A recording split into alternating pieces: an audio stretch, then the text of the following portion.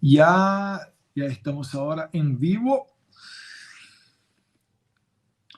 Un ratito.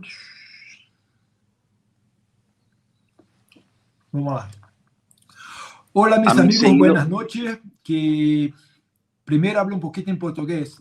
O Javier Milei, ele é um recém-eleito deputado da Argentina, economista. Essa live eu vou falar em espanhol com ele, então peço licença aos brasileiros, mas de uma maneira educada, já que foi um convite meu e ele aceitou. Javier Milei, un honor tener vos, permítame hablar vos conmigo en esta live. Muchas gracias y buenas noches. ¿Qué tal, Eduardo, querido? Es un gusto enorme tener la posibilidad de estar haciendo este vivo contigo. La verdad es que me siento honrado y muy feliz por este intercambio que vamos a tener en el día de hoy. Javier, me gustaría preguntarte qué está se pasando en Argentina haciendo una comparación con Brasil. En Brasil en 2018, no solo se fue electo Jair Bolsonaro, el presidente de Brasil, sin gastar ni $1 millón en su campaña, algo inédito en Brasil. Nunca antes mirado algo así en Brasil. Igual salimos de un partido con 3 diputados federales para tenermos 52.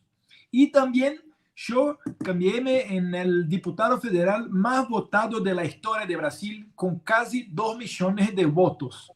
En Argentina, ¿o qué piensa usted, o qué piensa vos para 2023?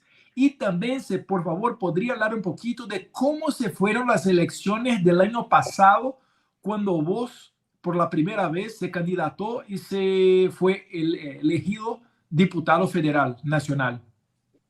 Bueno, arranco por la parte de cuando fui elegido diputado. Básicamente, lo primero que nos dijeron cuando estábamos pensando involucrarnos en la carrera electoral, lo primero que nos dijeron es que no íbamos a poder formar partido.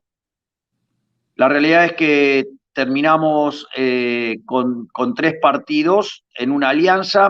El Partido Libertario además tenía el permiso provisorio para participar, por lo tanto, de una u otra manera hubiéramos participado, ¿sí? Y además teníamos 17 agrupaciones que acompañaban lo que llamamos la Libertad Avanza, es decir, la estructura con la cual nosotros hemos decidido competir en la capital federal. Obviamente que una vez que logramos tener una estructura jurídica que nos permitiera competir, en ese contexto empezaron a decir que no íbamos a poder pasar el mínimo de voto de las PASO, que es en torno al 2%, o sea, por lo tanto decían que ni siquiera competir en serio, que íbamos a quedar en algo testimonial y que no iba a pasar las PASO.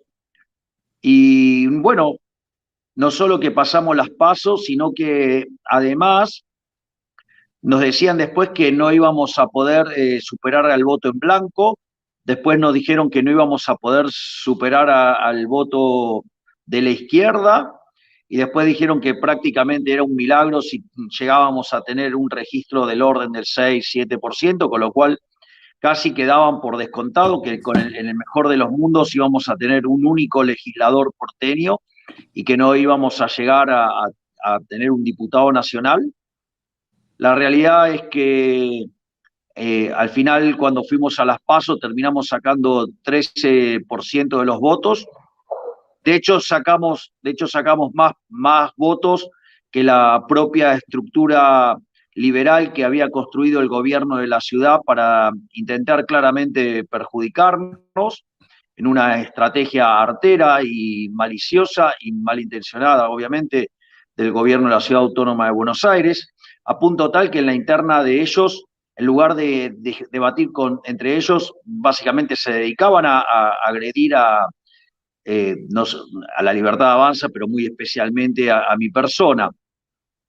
Y después y bueno, lo interesante fue que aún, digamos, con esa estructura que armaron artificialmente y que los que estaban en esa lista originalmente no sumaban más que el 2% de los votos, sí, terminaron, aún con todo el apoyo de la estructura y todo lo que hicieron, sacaron menos votos que nosotros, ¿no?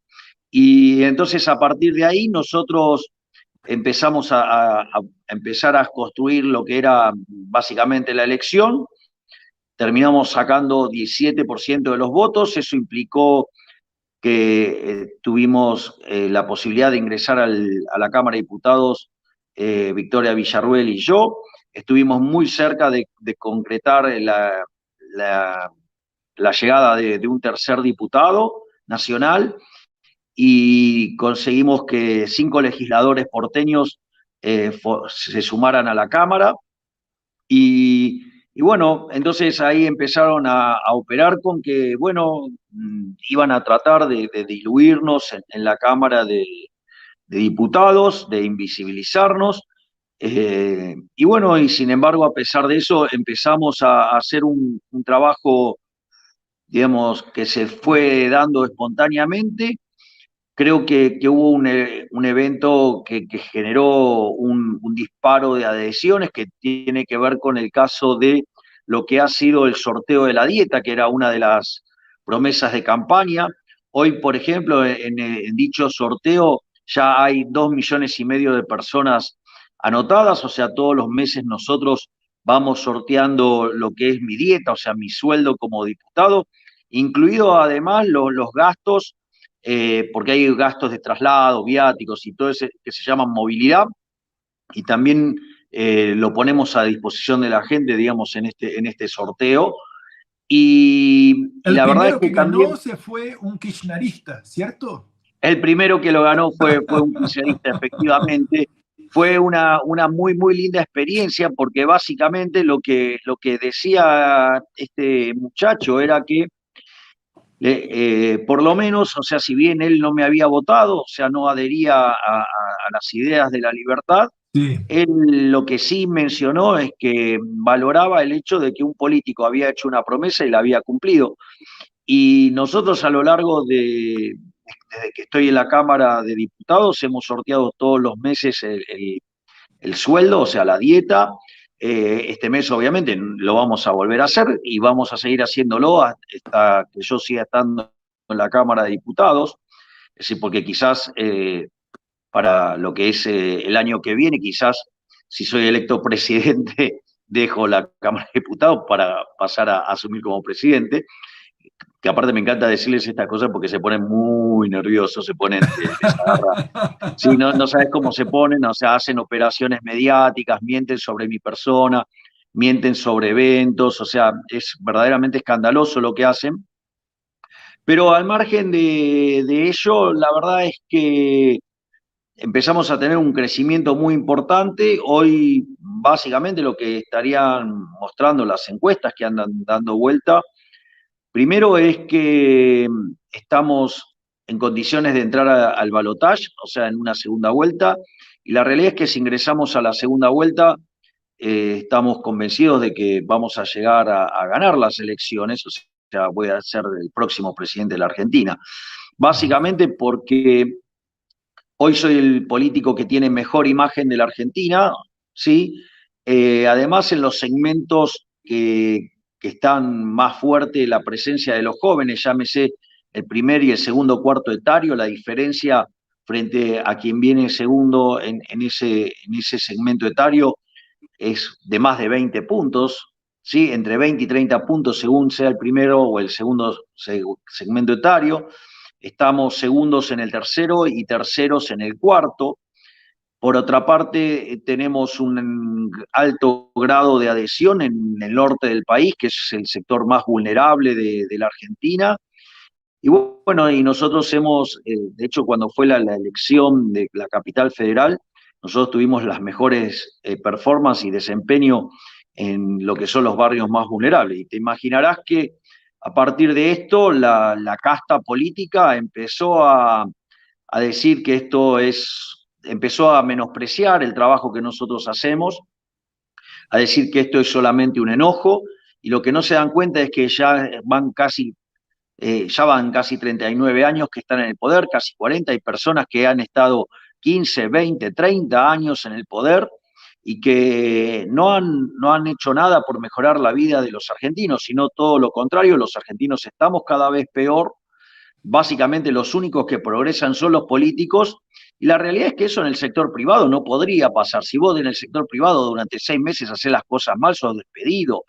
Y acá vienen y piden otra oportunidad y Igual dicen que esta vez Brasil. va a ser en serio, como si antes hubiera sido un chiste. Entonces, verdaderamente se le ríen en la cara a los argentinos, mienten descaradamente, o sea, ellos no tienen problemas, si las encuestas dicen que, no sé, que los árboles son de color violeta, dicen que son violetas, si Aquí es son igual. decir que son naranjas, dicen que son naranja, y si un día, digamos, después de haber dicho que son naranja, al otro día tienen que decir que son verdes, dicen que son verdes. O sea, no tienen el más mínimo reparo en mentir así descaradamente. Lo bueno es que la gente está despertando y que les está señalando que claramente son unos mentirosos.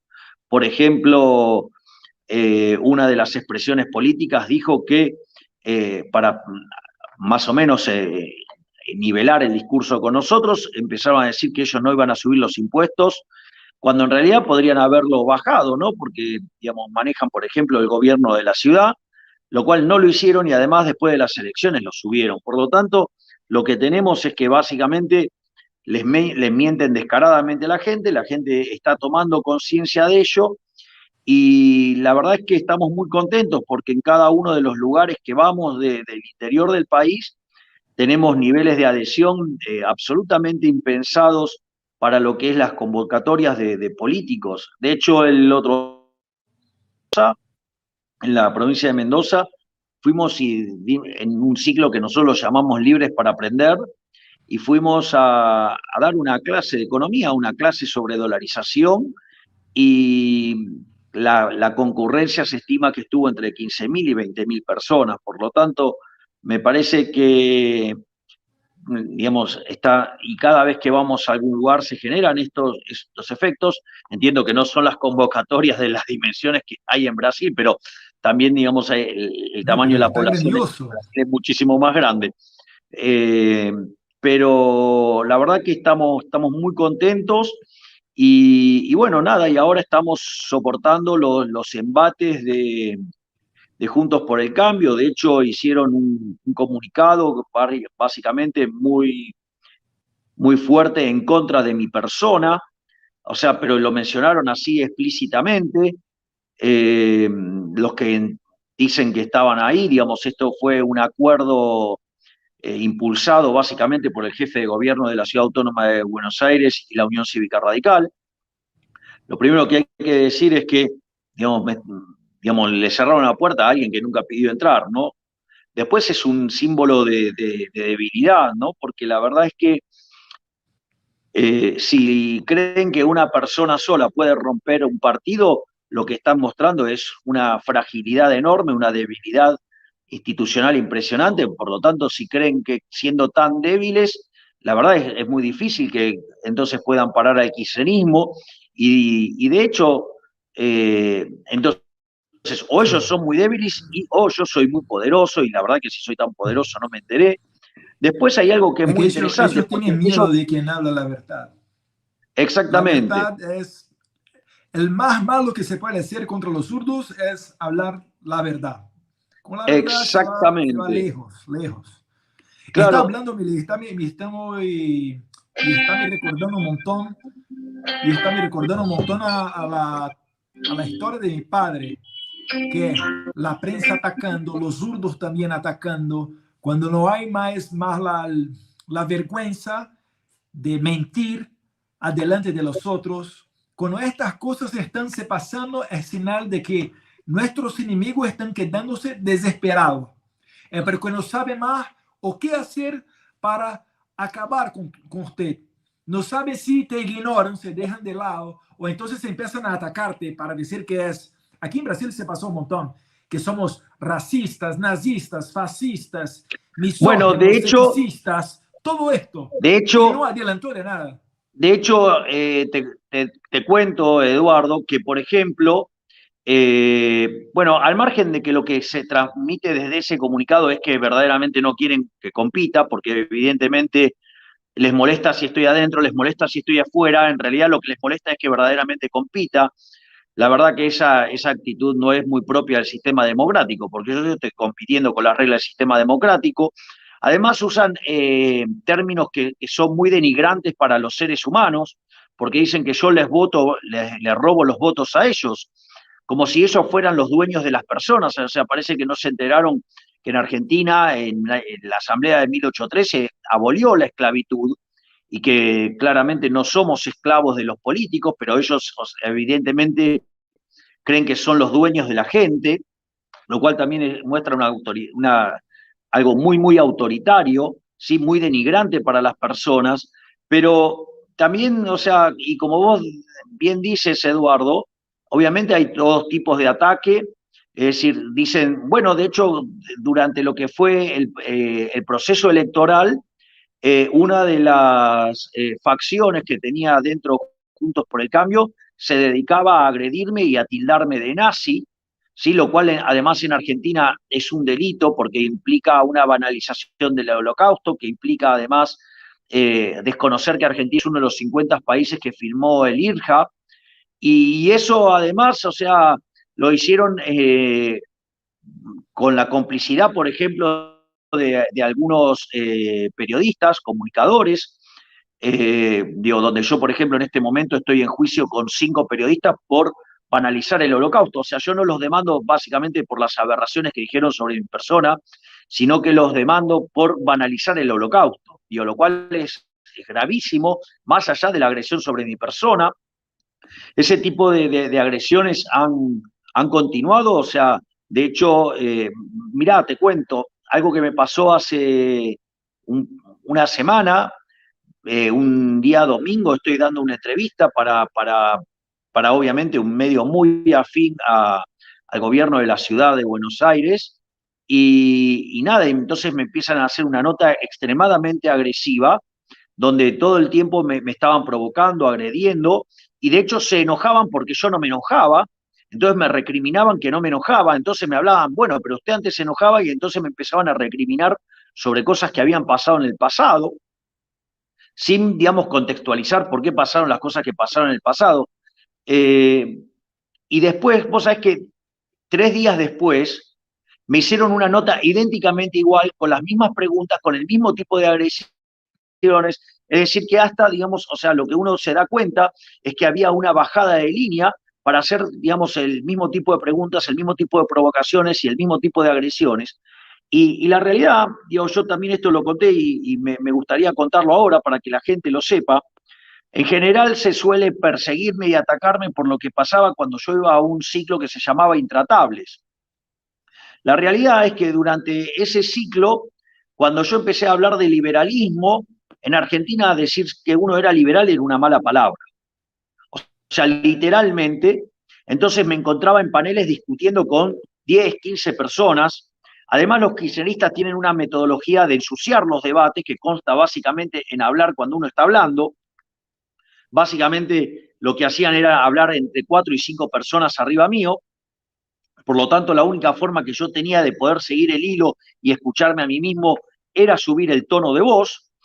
Y obviamente otra cosa que hacían desde la producción, y esto a mí me consta porque una de las personas que fue panelista de ese programa, muy amigo mío, un abogado muy amigo mío, eso para que, digamos, o sea, los que están escuchando, digamos, si alguien escucha, que sepan que estoy pasando un dato verdadero, ¿sí? Y entonces, por ejemplo, mi amigo renunció porque una de las cosas que hacían, me llevaban al programa, me hacían agredir, ¿sí? Y entonces, y después de agredirme durante un buen rato y de hacerme todo tipo de atrocidades, claro, obviamente en algún momento reaccionaba y después el canal se dedicaba durante todo el día a transmitir mis reacciones. Entonces, bueno, esos elementos son los que, por ejemplo, hoy levantan tuiteros y distintos influencers vinculados al gobierno de la Ciudad Autónoma de Buenos Aires para agredirme, desprestigiarme y decir cosas verdaderamente espantosas sobre mi persona. Por lo tanto, digamos, me parece que aparte recientemente uno de nuestros legisladores porteños ha hecho una denuncia al gobierno de la ciudad donde básicamente se le ofrecían 15.000 pesos argentinos por mes para crear 10 cuentas de Instagram y que básicamente desde esas 10 cuentas se dedicaran a agredirme y a tratar de bloquearme para que el algoritmo de Instagram no pueda funcionar. ¿Por qué? Porque están muy molestos con el desempeño que tenemos. O sea, nosotros nuestra campaña estuvo muy focalizada en las redes sociales.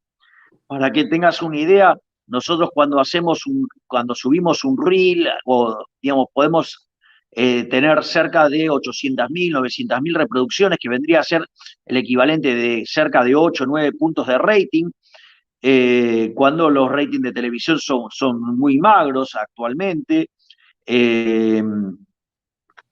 Entonces, básicamente lo que están haciendo es poner haters para agredirme.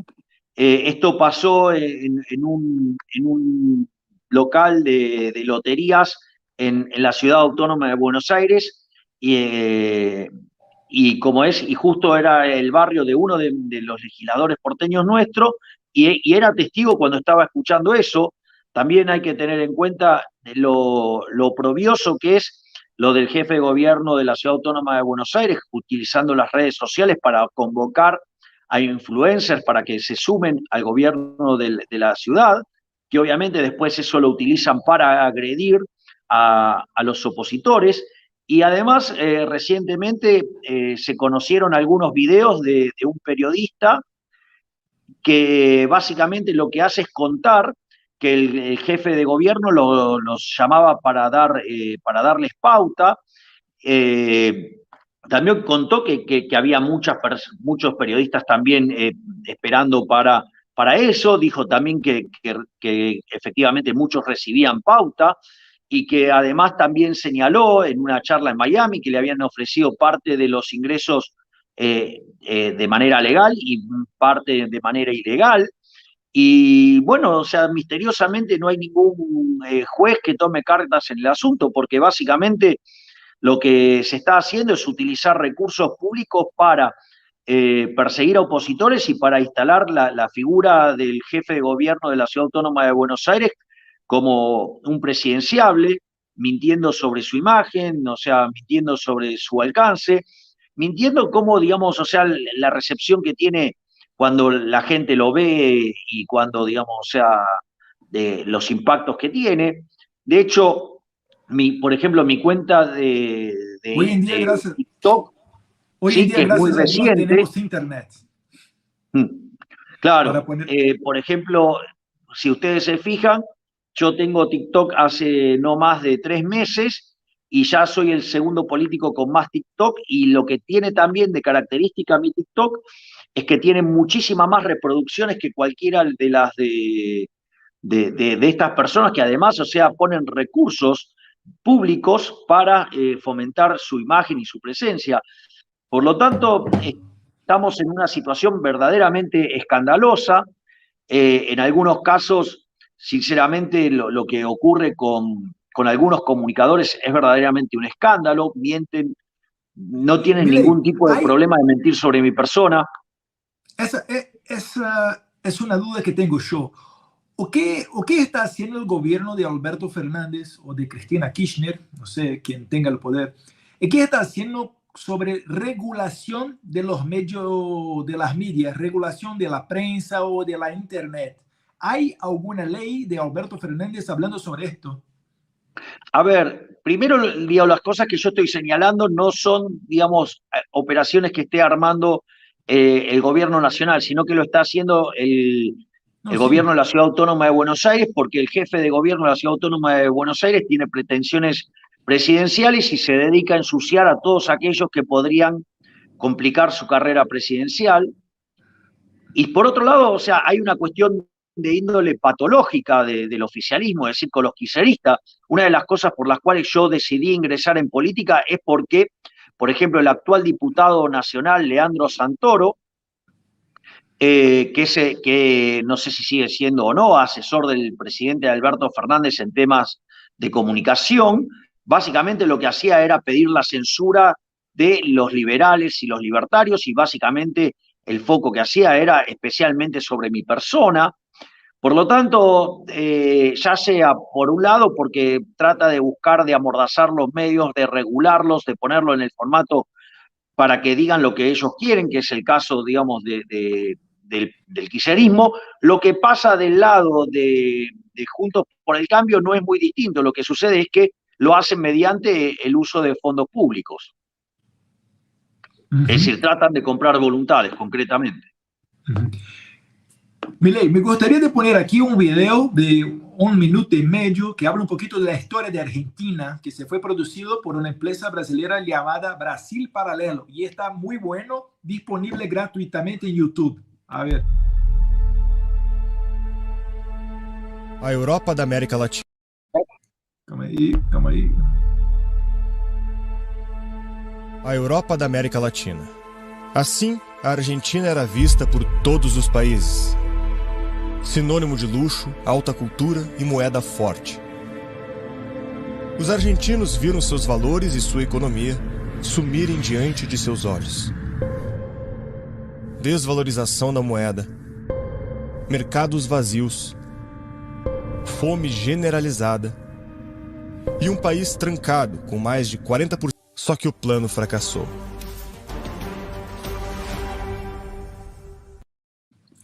Se miramos hoy en día, Milei, o que está se pasando en Brasil con el gobierno del presidente Bolsonaro, se pasó una reforma sobre las jubilaciones.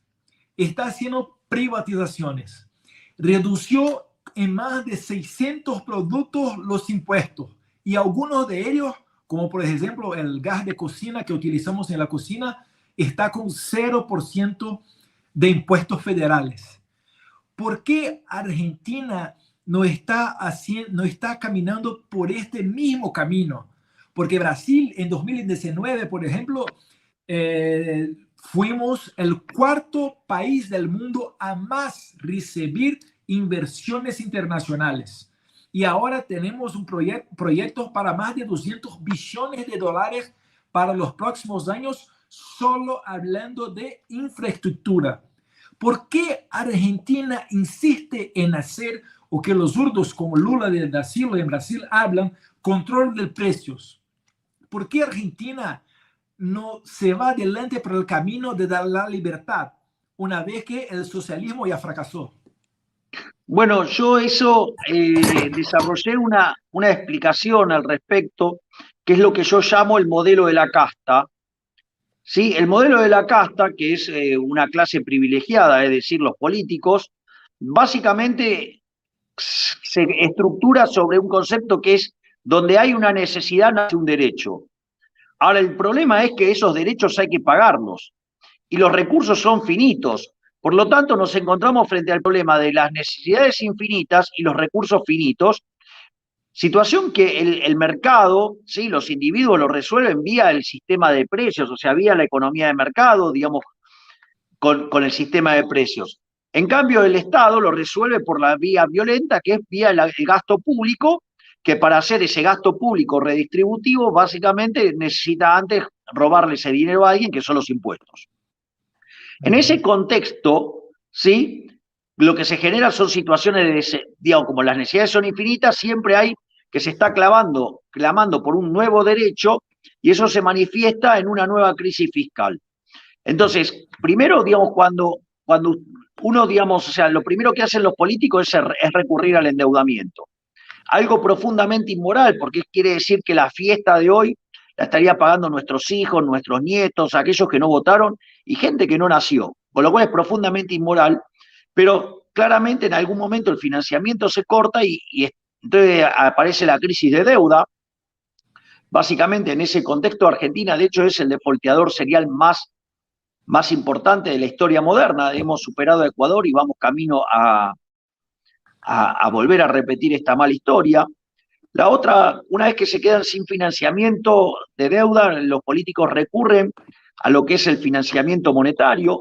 En ese contexto Argentina le quitó 13 ceros a la moneda, tuvo 2 hiperinflaciones sin guerra, básicamente destrozó 5 signos monetarios. Argentina vive en una continua inflación creciente, por lo tanto, o sea, eso se manifiesta en un impacto negativo sobre el crecimiento económico. De hecho, cuando uno toma el impacto sobre el crecimiento económico, cada vez que la tasa de inflación parece al 20%, el crecimiento cae en un punto 58, es decir, que eso corregido en la historia argentina implicaría que Argentina debería tener un PBI per cápita como el de Estados Unidos, y al mismo tiempo, ¿sí?, golpea entre 25 y 30 veces más fuerte y sobre los sectores más vulnerables. Pero no solo eso, cuando ya no tampoco pueden recurrir a la emisión monetaria, terminan haciendo ajustes fiscales donde básicamente lo que hacen es cobrar impuestos y de esa manera también, digamos, es una suerte de confiscación, porque, por ejemplo, una empresa que venía ganando determinada cantidad de plata y ahora le suben los impuestos, ahora gana menos y consecuentemente el valor de esa empresa es mucho menor, es decir, hay una clara expropiación. Entonces, eso es lo que termina haciendo es que el país se termine hundiendo, que no genere crecimiento. De hecho, Argentina entró al siglo XX, como muy bien muestra el video, o sea, Argentina era el país más rico del mundo cuando ingresó al siglo XX. Hoy Argentina es 70 al tipo de cambio oficial y 130 al tipo de cambio paralelo.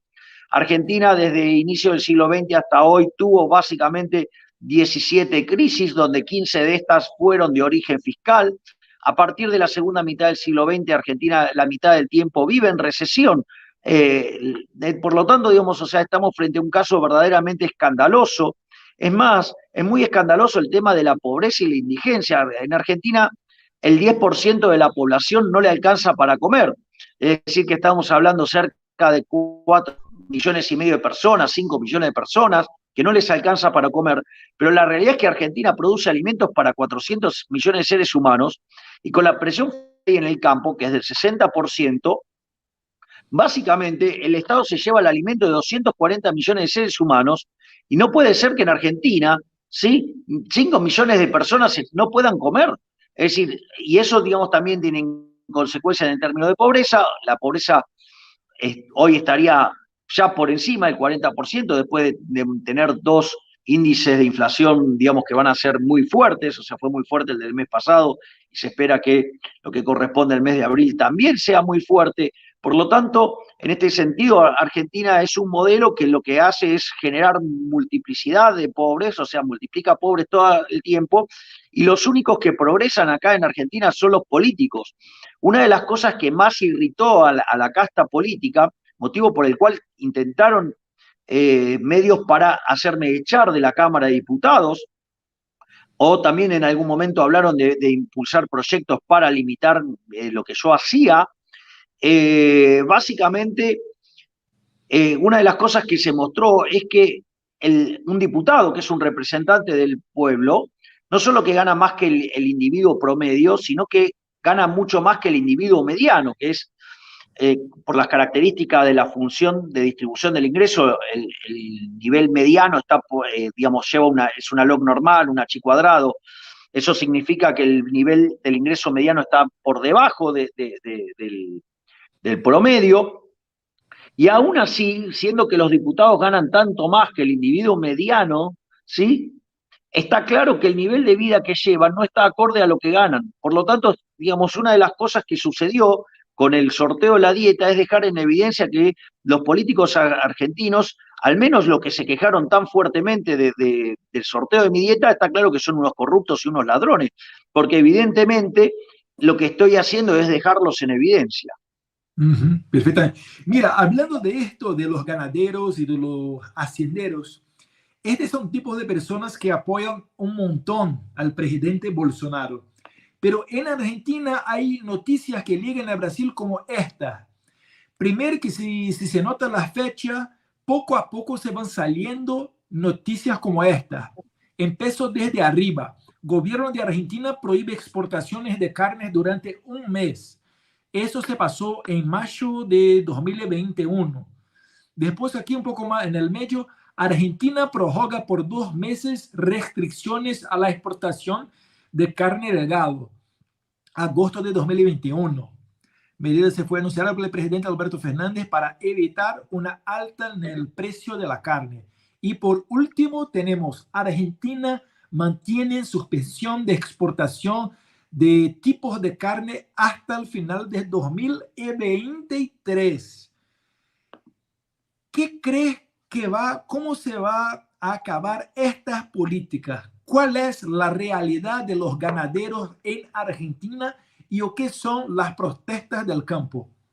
Bueno, básicamente el campo argentino está siendo directamente robado por el Estado, la presión fiscal verdaderamente es escandalosa, todo lo que se le saca de dinero al campo es enorme, además habiendo tipo de cambio oficial que tiene una brecha, hay una brecha del 100% respecto de lo que es el paralelo, eso también genera una profunda pérdida, hay retenciones, o sea, hay impuestos especiales, ya de por sí es un sector, lo que tiene que ver con el sector agropecuario, ¿sí?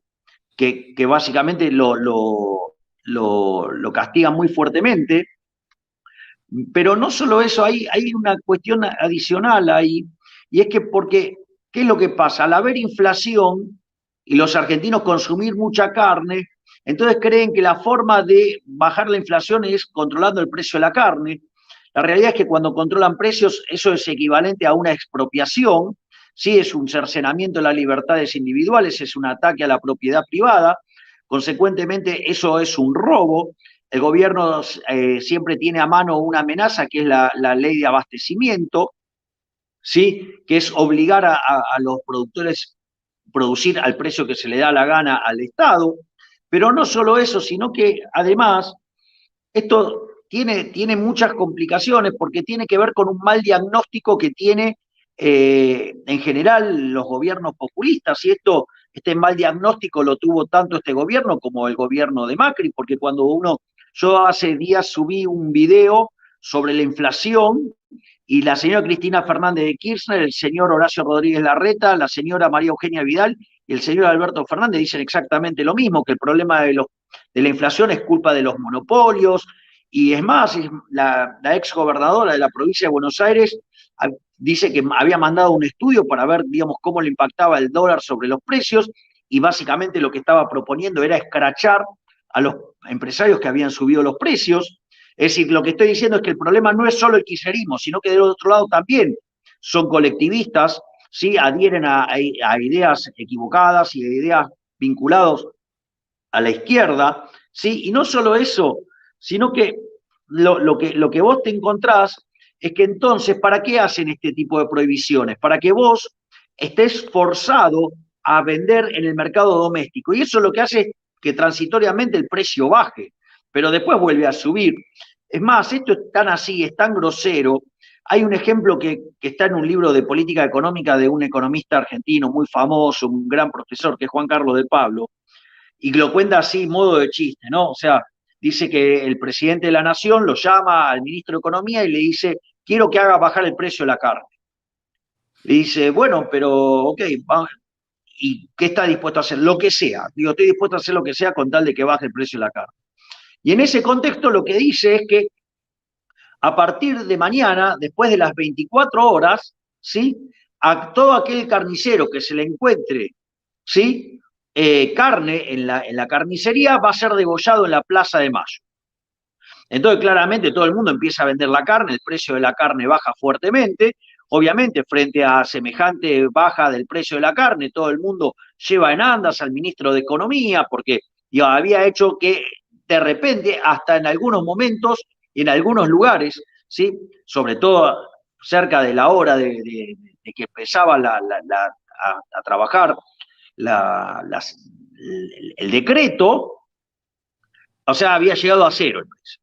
Entonces, digamos, era un héroe nacional. Ahora, ¿cuál fue el problema? Que cuando fueron al otro día a la carnicería no había más carne, con lo cual terminaron colgando al ministro de Economía. Entonces, bueno, eso es lo que termina haciendo este gobierno. Este gobierno lo que hace es obligar a los productores de Hacienda, ¿sí? Les prohíbe exportar carne. Entonces, ¿qué es lo que pasa? Al no poder exportar carne, la tienen que liquidar en el mercado local. Eso genera transitoriamente una reducción de precios, pero después la contracara es que Argentina empieza a perder cabezas de ganado. O sea, la destrucción en el stock ganadero en Argentina es verdaderamente un escándalo. Milei, yo miro con mucha preocupación esta situación porque me acuerdo un montón que se pasó un poquito arriba aquí de Brasil en un país llamado Venezuela. ¿Vos miras similitud crees que Argentina puede un día ser la nueva Venezuela? Porque hay personas en Brasil que ya empiezan a hablar algo de esto. Bueno, si tú te fijas, Eduardo, o sea, es como que Argentina es como que va siguiendo los pasos de Venezuela, pero un poco más tarde. Y eso no es un escenario desatinado, porque es más, cuando vino el gobierno del presidente Macri, en lugar de hacer las reformas pro mercado y hacer lo que había que hacer, en realidad o sea, terminó siendo contaminado por los socialistas que formaban parte de su coalición. Pensemos que en Cambiemos, sí, que así se llamaba el gobierno de Macri, sí tenía dentro del gobierno a la Unión Cívica Radical, que son parte a lo que se llama la coalición cívica, que básicamente es un desprendimiento del Partido Radical por izquierda, ¿sí? Cuya líder hacía campaña con los personajes más extremos de la izquierda de aquel momento en Argentina. Y no solo eso, sino que además, otra cosa que se ve es que en Juntos por el Cambio también hay una parte de lo que es de esa alianza que tiene que ver con el partido de Macri, que se llama PRO, hay una parte que yo lo llamo las palomitas tibias de Juntos por el Cambio, que son Larreta, Vidal, Santilli, o sea, que son personas que son verdaderamente de perfil socialista. De hecho, hay declaraciones, por ejemplo, del propio Santilli diciendo que el modelo es Lula, ¿sí? ¿En serio? Claro, o digamos la señora Vidal diciendo mi modelo Pero es es más el Evita mismo, es Perón, más, o sea, Lula, decir Lula es el mismo que Alberto Fernández, que Cristina Kirchner. Lula está hablando de exactamente. cambiar Argentina, hacer la regulación de la prensa, control de los precios y todo esto. Y es igual que está Bueno, pasando en Argentina. eso, digamos, el ala que está dominando en lo que es hoy se llama Juntos por el Cambio, justamente tienen esas ideas. Es decir, Larreta está más cerca de Cristina, ¿sí?, que del propio Macri, que además, o sea, como no le puso el suficiente nivel de convicción en avanzar en las reformas pro mercado, terminó fracasando y nos volvió a traer el kirchnerismo. Por lo tanto, digamos, lo que debería quedar claro en Argentina, que algo que emerja de esa estructura, lo que va a hacer es hacer que en el 2027 el presidente de Argentina sea Máximo Kirchner, porque, digamos, o sea, si llega Juntos por el Cambio al poder, lo único que va a hacer es traer al peor kirchnerismo. Si eso pasó con Macri, que estaba mucho menos a la izquierda que el caso de Rodríguez Larreta, o sea, Rodríguez Larreta es asegurarnos, ¿sí?, que va a volver el kirchnerismo y muchísimo más recargado, obviamente. Milei, estamos llegando casi al final de esta transmisión live y me gustaría hablar un poquito de esto, de la prensa hablando de la posibilidad de tenermos Milei presidente en 2023. Primero me voy a hacerte una pregunta muy sensible y después te cuento la experiencia del presidente Bolsonaro. Si Javier Milei fuera el presidente de Argentina, ¿cómo haría para gobernar? Mirando que, por ejemplo, Macri se fue el primer presidente después de 70 años que no es peronista y consiguió al menos tener 4 años adelante de la presidencia. ¿Cómo sería una gobernabilidad de un presidente Milei con un Congreso peronista? Bueno, en principio te diría, Eduardo, que no sería un problema el peronismo, porque cuando Macri ganó, sí, el peronismo durante su primer año le votó todo lo que él había pedido. Es decir, es falso esa victimización que hace Juntos por el Cambio, que no lo dejaron gobernar. En realidad eso es mentira. Sacaron todo lo que querían, lo que pasa, y el peronismo acompañó en todo. Te diría que lo más problemático son justamente los diputados y los legisladores y senadores de Juntos por el Cambio, porque ellos son los que dicen que si yo llego al poder, o sea, básicamente lo que están diciendo es que van a sabotear mis reformas de mercado. Es decir, ellos dicen que van a hacer reformas pro mercado, pero que si las hago yo, esas reformas pro mercado, ellos las van a sabotear, no las van a acompañar. Entonces, la realidad es que me parece que esto alerta fuertemente a la población que Juntos por el Cambio, básicamente, no le importa el bienestar de los argentinos, no le importa si se hacen o no las reformas pro mercado, lo que importa es si las hacen ellos o no, y si no las hacen ellos las van a bloquear. A mí me parece verdaderamente preocupante. Después hay otro tema que, por ejemplo, que yo vengo proponiendo, que es la eliminación del Banco Central, y una de las cosas interesantes, digamos, obviamente que un legislador, digamos, evidentemente que tiene continuamente problemas en términos técnicos de cómo funciona el sistema, dijo que yo no podía, yo lo que estoy proponiendo es una consulta popular. Entonces, si la gente, y yo sí lo puedo hacer como presidente, puedo hacer una consulta popular y a ver si la gente quiere o no, digamos, eliminar el Banco Central, sin terminar con el peso. Entonces, en ese contexto, si los diputados y los senadores, ya sea del peronismo o los de Juntos por el Cambio, no quieren acompañar una reforma que sería tan buena para la población, pero que obviamente limitaría el robo de los políticos. Pensemos que durante los últimos 2 años, con la emisión monetaria, el gobierno actual le robó a los argentinos 11 puntos del PBI. Obviamente, o sea, los políticos no quieren ceder ese robo. Entonces, ¿qué es lo que sucede? En ese contexto, si las leyes no pasan por el Congreso, o sea, yo las reformas estructurales, por ejemplo, la del Banco Central, yo las sometería a una consulta popular, lo cual, digamos, claramente el presidente lo puede hacer sin necesidad de pasar para el Congreso. Esto es, digamos, subrayen esto para algunos ignorantes, sí, malintencionados, que dicen que no lo puedo hacer. Y obviamente que cuando vean la consulta popular, bueno, vamos a ver si votan en contra de lo que la gente efectivamente está pidiendo. Porque si en una reforma que va a beneficiar tanto a los argentinos, aún así y con el veredicto de los argentinos, la van a bloquear, bueno, digamos así, digamos, va a ser lo que terminarán haciendo daño sobre los argentinos, y yo digo, voy a hacer todo lo humanamente posible para mejorar la calidad de vida de los argentinos desde la función que me toque cumplir.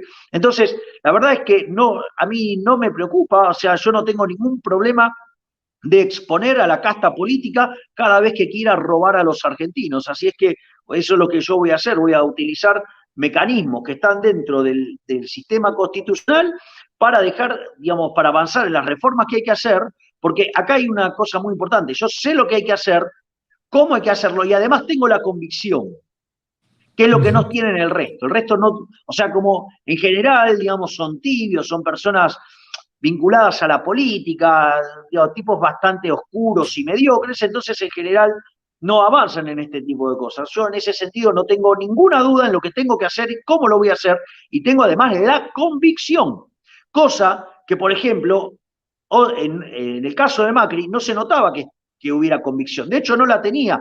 ¿Por qué? Porque se dejó invadir por la Unión Cívica Radical, se dejó invadir por básicamente la coalición cívica, se dejó invadir por las palomitas tibias, ¿sí? Y se dejó invadir por los socialistas, porque recordemos, ¿sí?, que, por ejemplo, cuando quiso determinar el ministro de Economía, la coalición cívica, la líder de la coalición cívica, le sacó bolilla negra y terminó poniendo como ministro de Hacienda, ¿sí?, al señor Alfonso Prat-Gay, que hacía campaña electoral con la señora Donda y el señor Tumini, o sea, gente de una profunda izquierda.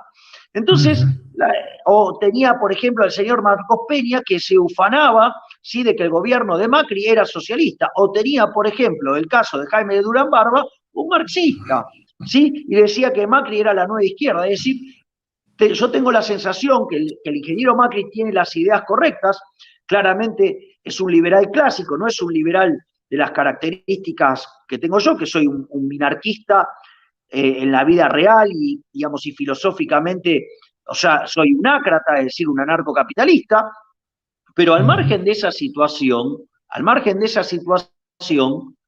digamos, yo creo que es una persona que, digamos, quería apuntar a lo correcto, pero fue cooptado por todas expresiones de izquierda. De hecho, cuando él presentó su libro reciente, que hace la autocrítica de su gobierno, dice que él quería hacer las cosas de shock, la señora María Eugenia Vidal hacía cara que nosotros no lo dejamos. Entonces, digo, ¿de qué estamos hablando? Entonces, ¿qué vamos a ir? Sobre aquellos que proponen, que son parte del fracaso argentino. O sea, ya sabemos que fracasó el peronismo kirchnerista, que fracasó, digamos, Juntos por el Cambio por toda su ala de izquierda, y que pretenden que otra vez volvamos a reintentar con la izquierda. Es decir, yo les recuerdo que, digamos, o sea, Juntos por el Cambio es la versión ayornada de lo que fue la alianza, que fue una alianza electoral para ganarle al peronismo y perdió. O sea, en realidad ganó electoralmente, pero le arruinó, pero perdieron los argentinos. Después, o sea, Cambiemos fue una alianza para ganarle al kirchnerismo y se le ganó al kirchnerismo, pero fue un fracaso gobernando. Y ahora también hay que tener claro que el Frente de Todos sí es una agrupación de peronistas heterogénea que también está haciendo un fracaso. Por lo tanto, desde mi punto de vista, lo que hay que hacer es avanzar en una solución.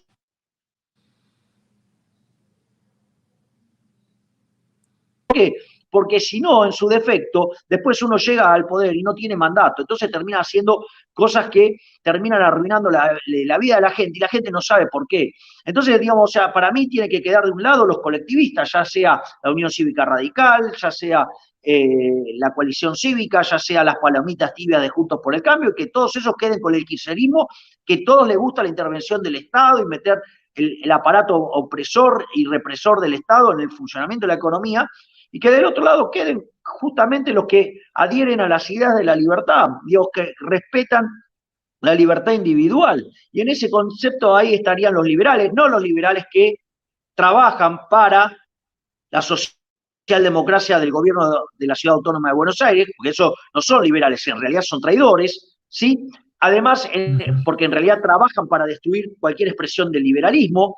No solo eso, sino que además en ese contexto podría estar el peronismo republicano, el peronismo federal, ¿sí? el menemismo, sí, y obviamente los halcones de Juntos por el Cambio. Entonces, de esa manera habría un espectro del centro a la derecha y habría otro espectro que va del centro a la izquierda. Entonces, la gente va a tener claramente cuáles son los modelos que va a elegir y va a empezar a aprender que la izquierda lo único que produce es miseria. Entonces, digamos, en ese sentido, tarde o temprano va a aprender que de esto se sale con libertad, no con Estado. Esto, yo estoy acostumbrado a hablar que las personas que piensan que los zurdos, que la izquierda quiere hacer política normal, las personas que piensan con buen corazón, que están en una situación de normalidad democrática con la izquierda y empiezan a hacer política como esta, hecha por los presidentes que dejan a la izquierda adentrar en su gobierno, son personas que ignoran la guerra cultural, ignoran que la izquierda no les importa el bien de las personas, les importa el poder.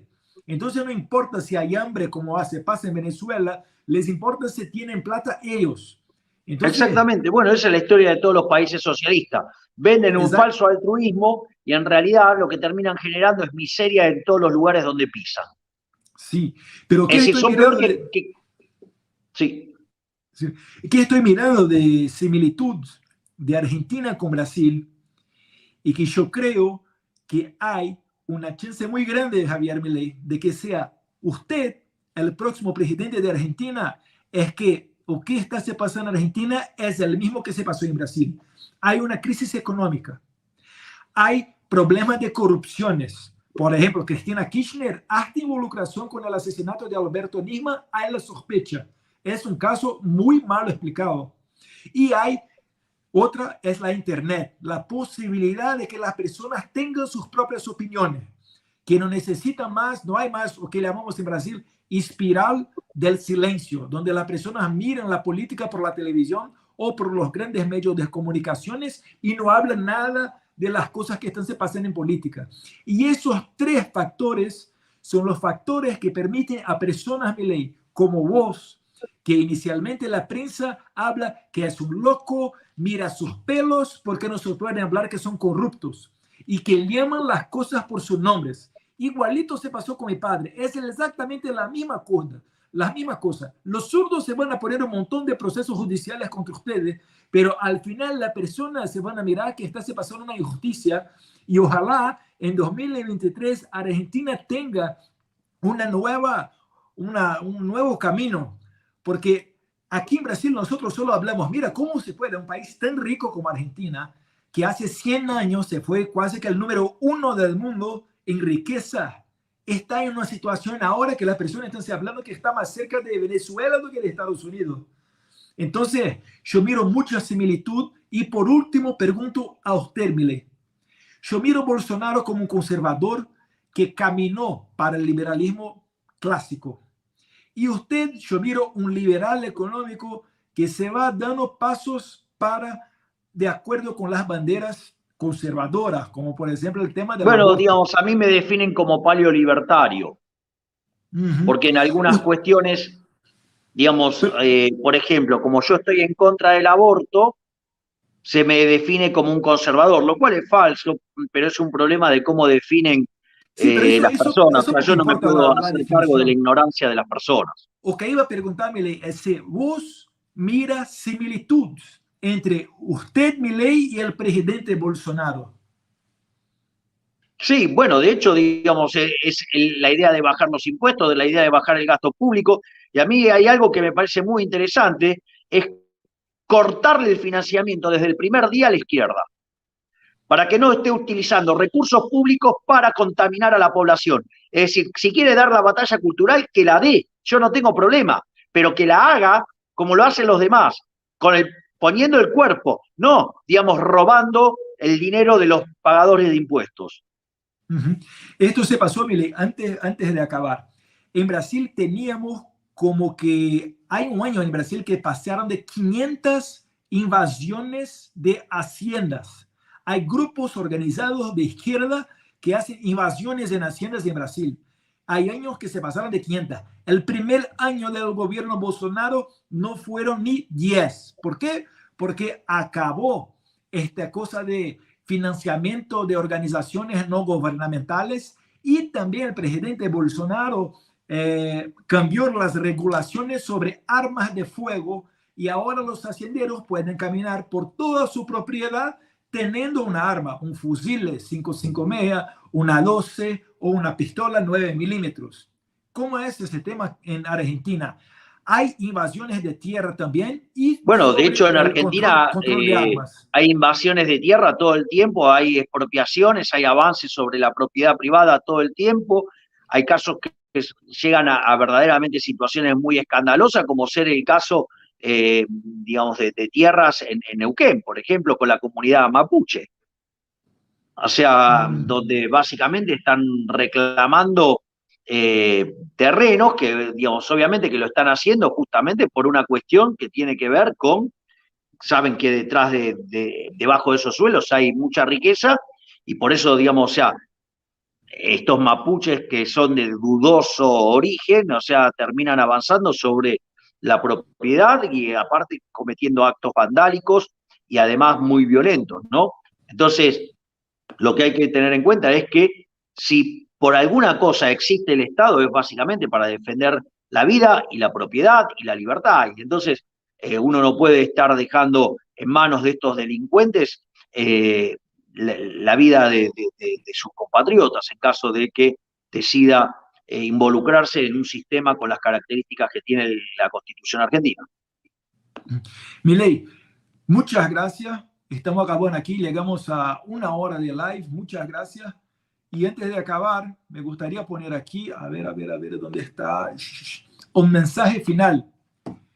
Cuando los hombres malos se juntan, los buenos deben asociarse también.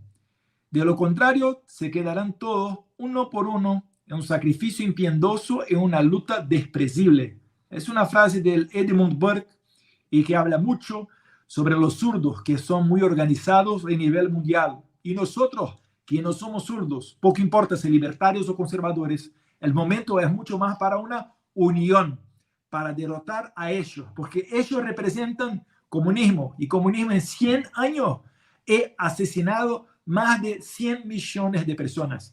Esto es más do que todas las pandemias, todos los desastres naturales sumados y ya registrados por los seres humanos.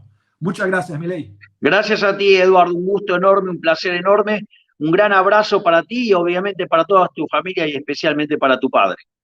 Gracias, Milei. Hasta luego. Suerte.